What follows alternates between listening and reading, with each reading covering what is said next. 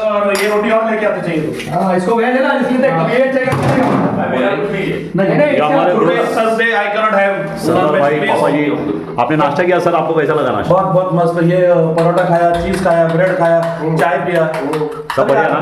अभी जान खाएगा इधर आ जाओ। तो देखो ये हरीश भाई ऑमलेट बना दे।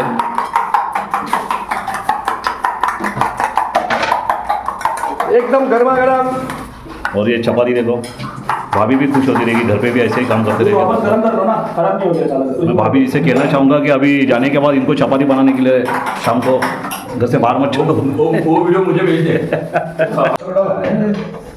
गर्म तो ही है तवा। हम रुक तेल गर्म होने तो मैं ओए यार तवा गर्म है, कब से चल रहा है? रुक ना, पण तेल गर्म होना चाहिए ना, वो चलेगा लेकिन तेल गर्म हो जाएगा, तेल सेंटर में नहीं आ रहा सर। पानी नहीं है, वो टॉप है ना। हाँ चलो हो गया, चलो डाल दे। बस बस एक नंबर दे दे सबको अंदर, एक नंबर। ले ऑमलेट ले, बोल ऑमलेट पाव 25 रुपया प्लेट।